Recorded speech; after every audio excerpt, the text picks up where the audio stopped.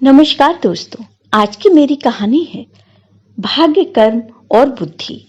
किसी राज्य में एक राजा राज्य करते थे।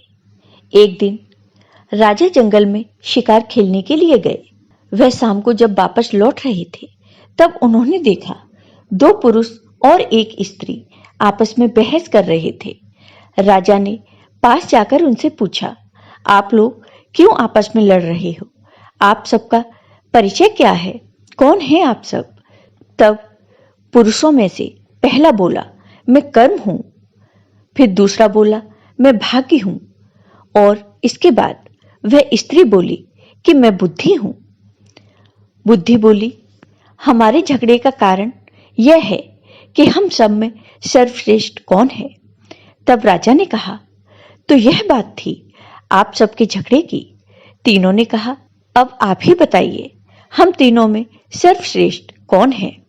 तब राजा ने कहा, यह तो मैं अभी नहीं बताऊंगा, पहले मैं तुम सबको आजमाकर देखूंगा। राजा ने जंगल में एक लकड़हारे को लकड़ी काटते हुए देखा। राजा तीनों से बोला, तुम्हें इसके ऊपर अपना प्रभाव दिखाना होगा। तीनों ने कहा, ठीक है। राजा ने कर्म से कहा, आज से तुम अपना प्रभाव दिखाना शुरू कर दो। एक हफ्ते बाद हम इसी जगह फिर मिलेंगे। कर्म ने लकड़हारे पर अपना प्रभाव दिखाना शुरू कर दिया।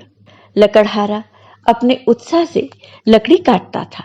लकड़ी इतनी ज्यादा होती थी कि वह एक बार में नहीं ले जा पाता था। लकड़हारा अब पहले से ज्यादा लकड़ी काटने लगा तो कर्म खुश हो गया। लकड़हारा बेचारा जब लकड़ी रखकर दूसरी बार आता तो वह लकड़ी नहीं पाता था, क्योंकि उसकी लकड़ी दूसरे लोग उठा ले जाते थे। एक सप्ताह बाद जब वो सभी मिले तो राजा ने कहा, कर्म, तुमने तो अपना प्रभाव दिखा दिया, लेकिन लकड़हारे की हालत पहले जैसी थी वह अब भी वैसी ही है। वह अब भी बहुत गरीब है।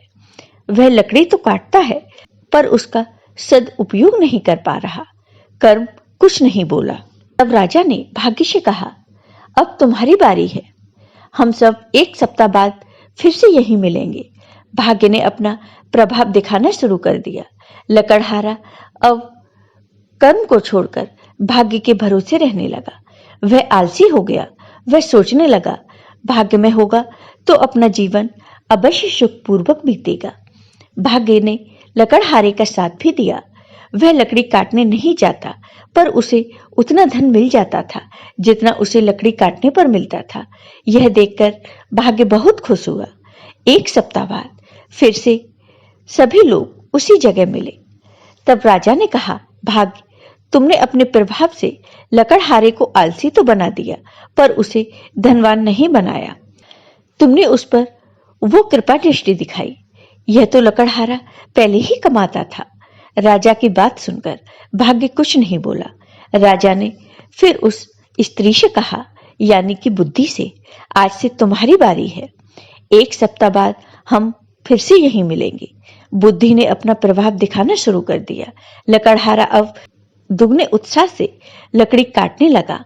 उसने आलस छोड़ दिया। उसने अब लकड़ी ढोने के लिए बैलगाड़ी भी लाना शुरू कर दिया। वह सारी लकड़ी बैलगाड़ी में भरकर बाजार ले जाने लगा, जिससे वह ज्यादा धन कमाने लगा और सप्ताह भर बाद ही उसकी हालत पहले से अच्छी हो गई। एक सप्ताह बाद जंगल में फिर से वो सब लोग मिले। उस दिन बारिश भी हो रही थी। बारिश रुकने पर लकड़हारा लकड़ी काटने जंगल में आ गया। उसे देखकर राजा ने लकड़हारे से कहा, क्यों भाई, आज बारिश में भी लकड़ी काटने आए हो तुम? लकड़हारे ने कहा, भाई, भाग्य उसी का साथ देता है जो कर्म करता है। मैं कर्म कर रहा हूँ, भाग्य के भरोसे नहीं हूँ। फिर मैं अपनी बुद्धि से कर्म और भाग्य को अपने वश में रखता हूँ, जिससे मैं सुखी हूँ। राजा ने मुस्कुराते हुए तीनों की ओर देखा और बोले, अब तो तुम सब समझ ही गए होगे।